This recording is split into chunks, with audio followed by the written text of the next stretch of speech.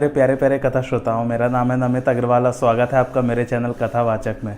पिछली कथा में हम लोगों ने किष्किंधा कांड आरंभ कर दिया था और राम जी की जो है सुग्रीव से मित्रता हो गई थी और हनुमान जी से भी भेंट हो गई थी। आइए आगे आज की कथा आरंभ करते हैं। राम जी कहते हैं कि मित्रता का फर्ज क्या क्या होता है। जो देते लेते कभी मन में शंका न धरे और शक्ति भर मित्र की सर्वदा ही भलाई करे और विपत्ति समय में प्रेम करे। वेद शास्त्र और संत जन मित्रों के यही गुण कहे हैं। राम जी ऐसा कह रहे हैं सुग्रीव से। मूर्ख सेवक, कृपण राजा, दुष्ट स्त्री, कपटी मित्र, ये चारों ही शूल के समान हैं। सो हे मित्र, तुम मेरे बल से चिंता त्याग दो, मैं सब प्रकार से तुम्हारा कार्य करूंगा। सुग्रीव बोला, सुनो रघुनाथ जी, बाली, महाबली और रणधीर है। हे कृपा निधान, ये 7 ताल के वृक्ष जो सबको एक ही बाढ़ से बेधे, चंद्र मंडलाकार यह वृक्ष जिसके एक ही बाढ़ से पृथ्वी पर आ गिरे, हे प्रभु, उसके हाथ से बाली मरेगा, नहीं तो कोई श्रम कितना ही करे वृथा है। सुग्रीव कह रहे हैं राम जी से कि ये 7 ताल के वृक्ष हैं, एक साथ एक 7 वृक्ष खड़े हुए हैं, उनको जो एक ही बाढ़ से भेद दे वही बाली को मार पाएगा। यह सुनकर राम जी बोले, हे कपि, मैंने तुम्हारी चतुराई जान ली। तुम इस प्रकार से हमारे बल की परीक्षा करना चाहते हो। अच्छा ठीक है, ताल का विशेष चरित्र कहो। श्री राम जी की बात सुनकर सुग्रीव हृदय में प्रसन्न हो ताल वृक्ष का चरित्र कहने लगा कि एक दिन बाली वन को गया और फूल फल वाले वृक्ष देखने लगा। मन में प्रसन्न हो 7 फल लिए और जल में धोकर उनको पवित्र किया। हे जगदीश, उन्हें लेकर तुरंत बाली पंपापुर आया, स्नान ध्यान कर फिर इष्ट देव को सिर नवाया। जो फल मार्ग से अहंकार पूर्वक बाली ने धरे, हे प्रभु, उस पर एक सर्प आकर बैठ गया। चंद्रमंडल के समान फण काढ़ कर सर्प को बैठा देखकर बाली को बड़ा क्रोध हुआ और बोला, अरे दुष्ट, तूने मेरा भोजन नाश कर दिया। तू आज यमपुर जाना चाहता है। इस कारण मेरा श्राप सिर पर ले कि तेरे शरीर को फोड़कर 7 वृक्ष निकलेंगे। जैसा कि तू वेदी पर आकर शरीर किए बैठा है, इसी प्रकार ये शरीर छेद कर ताल वृक्ष निकलेंगे। बाली क्रोध त्याग कर घर आया और दूसरी ओर यह समाचार तक्षक ने सुना। तक्षक जो था वो सांप के पिताश्री थे, तो पुत्र को श्राप सुनकर बड़ा क्रोध कर मन में अत्यंत दुखी हो यह श्राप दिया कि जो यह 7 ताड़ एक बाढ़ से तोड़ दे वह निश्चय बाली को मारेगा। फिर मतंग ऋषि ने यह भी कहा कि यह दुंदुभी की अस्थियों का समूह है, जो एक बाढ़ से उड़ा देगा, बाली की मृत्यु निश्चय उसके हाथ से होगी। देखिए, यह उस दुंदुभी राक्षस की हड्डियां और यह ताड़ वृक्ष है।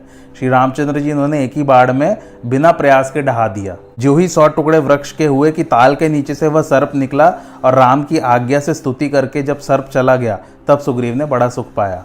तब प्रभु के अमित बल को देखकर सुग्रीव को बाली के मारे जाने का विश्वास हुआ। इस प्रकार जब सुग्रीव को ज्ञान हुआ तब वह बोला, हे नाथ, अब मेरा मन स्थिर हुआ, मैं अपना सुख, धन, कुटुंब और सब बड़प्पन त्याग कर आपकी सेवा करूंगा। तब श्री रामचंद्र जी सुग्रीव को साथ लेकर हाथ में धनुष बाण धारण करके बाली की ओर चले।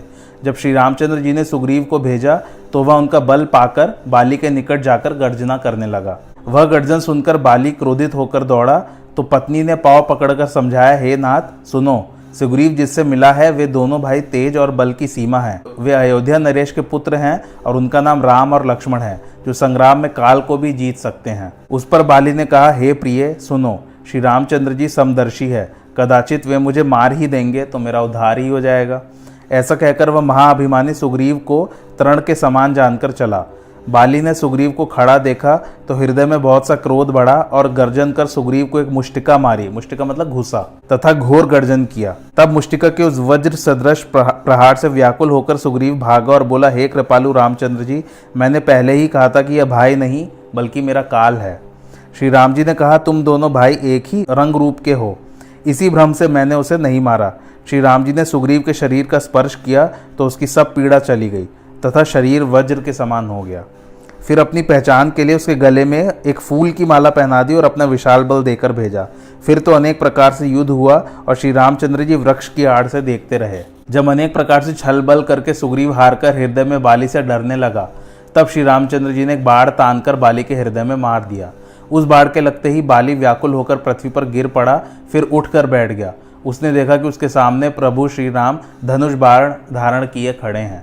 उसके मन में तो प्रभु के प्रति प्रेम था ही, किंतु मुख से कठोर वचन बोलता हुआ श्री राम जी की ओर देखकर वह बोला, हे गोसाई, आपने धर्म के कारण अवतार लिया है और फिर मुझे व्याध के समान कैसे मारा? क्या मैं आपका शत्रु था और सुग्रीव मित्र है?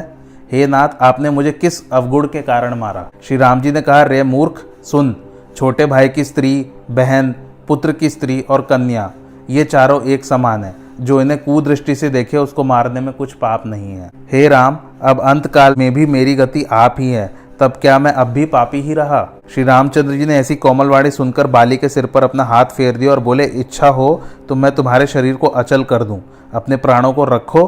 तब बाली ने कहा, हे कृपा निधान, सुनिए, जिसके लिए योगी जन जन जन्मांतर यत्न करते हैं, वही जब आप मेरी आंखों के सामने खड़े हैं, तब हे प्रभु, क्या ऐसा बनाव फिर बनेगा? हे नाथ, अब कृपा करके इस ओर देखिए और जो मांगता हूँ वही दीजिए। मैं कर्मवश जिन योनियों में जन्म पाऊँ वहाँ श्री रामचंद्र जी का ही अनुराग करूँ। और हे प्रभु, मेरा पुत्र मेरे ही समान नम्र और बली है, इसे अपने कल्याणप्रद चरणों में ले लीजिए। इसका नाम अंगद है, इसकी बाह पकड़कर अपना दास बना लीजिए। श्री रामचंद्र जी के चरणों में दृढ़ प्रीति करके बाली ने शरीर त्याग दिया। जब श्री रामचंद्र जी ने बाली को अपने धाम भेज दिया, तब उसके नगर के लोग व्याकुल होकर दौड़े। तारा अनेक प्रकार से विलाप करने लगी। तारा जो है वो बाली की पत्नी थी। हे पति, मैंने तुम्हें बहुत समझाया, परंतु कालवश तुम्हारी समझ में कुछ न आया। आप अंगद से भी कुछ नहीं कह पाए। तारा को व्याकुल देखकर श्री राम जी ने उसे ज्ञान दिया और माया हर ली। पृथ्वी, जल, अग्नि, आकाश और वायु, इन 5 तत्वों से ही अत्यंत अधम शरीर बना है। वह शरीर तेरे समक्ष ही पड़ा है, परंतु जीव नित्य है, सो तू किस लिए रोती है? जब इस प्रकार तारा को ज्ञान हुआ, तब वह श्री राम जी के चरणों पर जा गिरी और परम पवित्र भक्ति का वरदान मांग लिया। तब राम जी ने लक्ष्मण से समझाकर कहा कि जाकर सुग्रीव को राज्य दे दो। फिर तो लक्ष्मण जी ने तुरंत ही पूर्ववासियों ब्राह्मणों को उनके समाज सहित बुलाकर सुग्रीव को राज्य देकर अंगद को युवराज की पदवी प्रदान की। फिर प्रभु ने कहा, हे सुग्रीव, सुनो, मैं 14 वर्ष नगर गांव न जाऊंगा। देखो, अब ग्रीष्म ऋतु चली गई है और वर्षा ऋतु आई है, इसलिए मैं यहाँ के निकटवर्ती पहाड़ पर ही कुटी बनाकर रहूंगा और तुम मेरे कार्य को हृदय में धारण करके अंगद के सहित राज्य करो। तब सुग्रीव अपने घर आए और श्री रामचंद्र जी प्रवर्षण पर्वत पर निवास करने लगे। जब से श्री राम जी ने उस वन में वास किया, तब से वह वन मंगल स्वरूप हो गया। वहाँ श्री रामचंद्र जी छोटे भाई लक्ष्मण से भक्ति, वैराग्य, राजनीति एवं ज्ञान की अनेक कथाएं कहने लगे। इस प्रकार वर्षा काल का समय आ गया और आकाश मंडल बादलों से छा गया। उस समय उनकी गर्जना बहुत ही सुहावनी लगती थी। देखते ही देखते वर्षा काल चला गया, परम सुहावन शरद ऋतु का आगमन हो गया। हे भाई, राम जी कह रहे हैं, वर्षा भी चली गई और शरद ऋतु का आगमन भी हो गया, किंतु अब तक भी सीता की कुछ सुध न मिली। एक बार कैसे भी समाचार पाता तो काल को भी जीतकर पल भर में आता।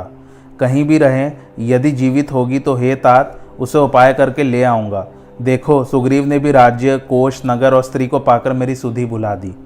जिस बाण से मैंने बाली को मारा है, उसी बाण से अब इस मूर्ख को भी कल मारूंगा। जब लक्ष्मण ने जाना कि प्रभु क्रोधित हैं, तो धनुष चढ़ाकर बाण हाथ में ग्रहण किया।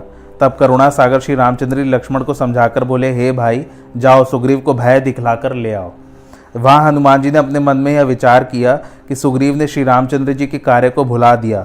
तब उन्होंने सुग्रीव के निकट जाकर प्रणाम किया और चारों प्रकार साम, दाम, दंड भेद से उन्हें समझाया। उसे सुनकर सुग्रीव बड़ा भयभीत हुआ और बोला कि हाय, विषय ने मेरे ज्ञान को हर लिया। हे पवनसुत, अब से अपने दूतों के समूह जहाँ तहाँ भेजो और कह दो कि जो 15 दिन में न आएगा उसका मेरे हाथ से वध होगा। तब हनुमान जी ने दूतों को बुलाकर सबका बहुत प्रकार से सम्मान किया और सबको भय और प्रीति तथा नीति दिखलाई। तब सब चरणों में सिर नवाकर चले। सुग्रीव के वचन सुनकर अंगद जी बोले, बिना हनुमान जी के काम नहीं होगा। वे पर्वत की कंदरा और सागर आदि सब स्थान जानते हैं। चतुर, विवेकी, बुद्धि बल के निधान हैं। केसरी के पुत्र पवन के अंश हैं। नाथ, आप इन्हें प्रशंसित कर भेजिए। तब सुग्रीव ने महावीर जी को बुलाकर कहा, तुम रघुनाथ जी के काम में देर मत लगाओ, स्वामी की आज्ञा मान महावीर जी चले और एक ही फलांग मारकर पूर्व दिशा में आए। महावीर जी का आना सुनकर सब कोई मिलने को आते हैं और माथा नवाकर सब कोई कहते हैं, क्या कारण है जो आपने इतना बड़ा श्रम किया? तुम तो किष्किंधा नाथ के अधिकारी हो। हे नाथ, जो कार्य हमारे योग्य हो वह हम सिर धरकर मानेंगे। सुनकर महावीर जी बोले, देर मत लगाओ, तुम्हें बाली के छोटे भाई सुग्रीव ने बुलाया है, जल्दी जाओ, देर मत करो, बहुत काम पड़ा है, सो मन देकर करो। ऐसा वचन सुनकर सब कोई सुग्रीव की जय बोलते हुए तुरंत आकाश मार्ग से चले। 80 लाख और 700 महाबलशाली वानर आकाश मार्ग से चले। इन्हें भेजकर महावीर जी कूदकर रोहित पर्वत पर गए। अब यहाँ से ये क्या है, महावीर जी कौन कौन से पर्वत पर जाते हैं और कितनी कितनी सेना इकट्ठी कर रहे हैं उसका वर्णन है। हनुमान जी ने गज से कहा, वानरों के राजा सुनो, सुग्रीव पर कठिन कार्य आ पड़ा है, वहां शीघ्र जाओ, सब दल अपने संग ले जाकर अपने स्वामी को धीरज दो। बहुत अच्छा स्वामी, ऐसा कहकर वे सब उठकर चल दिए। तब पृथ्वी कांपने लगे और शेष जी विचलित होने लगे। कहा जाता है कि शेष जी जो है वो पृथ्वी को धारण किए हुए हैं, तो इसलिए लिखा है कि पृथ्वी जब कांपने लगी तो शेष जी जो है विचलित होने लगे। 7 पद्म 80 करोड़ सेना लेकर द्विरथ और गज नामक वानर चले, तब अंधेरा हो गया। तब हनुमान जी व्याहर पर्वत पर आए और बलवीर के बड़े पुत्र को बुलाया। 30,60,000 दल ने पवंत पुत्र को आकर जुहार किया, जो आपका कारज हो वह आज्ञा दीजिए, क्यों इतना श्रम किया? महावीर जी ने सुग्रीव और रघुनाथ की कथा सुनाई और विदा हो चले। फिर महावीर जी धुंधमार पर्वत पर गए और वहां के वानरों को बुलावा दिया। श्रीखंड वानर सुनते ही चला। 56 करोड़ वानरों को ले प्रणाम कर सेनापति चले। तब हनुमान जी अंजन पर्वत पर आए और कुमुद नाम वीर वानरों को बुलाया। 7 पद्म और 87 लाख महावीर वानर चले। आकाश मार्ग में जयराम ऐसा कहते महावीर जी नीलगिरी पर्वत पर आए, जहाँ बल और बुद्धि युक्त नील नामक अग्नि का पुत्र रहता था। तब महावीर जी ने उसे सब भेद समझाया। वह मेघ के समान गरजता हुआ आया। उसके साथ 4 अरब 412 बड़े समर में धीरधारी जुझारू योद्धा थे। महावीर जी उत्तर दिशा में बद्रिकाश्रम में गए। फिर गज गवाक्ष से मिलकर उन्हें सब भेद समझाया। वे माता नवाकर स्तुति करके प्रसन्न हो चले। फिर महावीर जी अर्जुन पर्वत पर आए, जहाँ तारा का पिता सुखेड़ नामक वीर रहता था। वह महाबली, बुद्धिमान, तेजस्वी और समर में धीरधारी था। फिर सब समाचार उसको सुनाकर हनुमान जी सुमेरु पर्वत पर आए। सोने के वर्ण के समान उनका दीप्तिमान शरीर और लाल लाल नेत्र अतीव सुहाते थे। एक एक ने दूसरे से वचन सुनाया। उन्होंने महावीर जी के चरणों में सिर नवाया और बोले, आपने काया को कष्ट किस निमित्त दिया? किष्किंधा के राजा सकुशल तो हैं? महावीर जी ने सब समाचार कहा। तब दर्शन की अभिलाषा कर सब चले। आज की कथा यहीं समाप्त होती है। कैसी लगी आप लोग को मेरी कथा, मुझे कमेंट करके ज़रूर बताइए और मेरे चैनल कथावाचक को लाइक, शेयर और सब्सक्राइब ज़रूर कीजिए। Thanks for watching. धन्यवाद।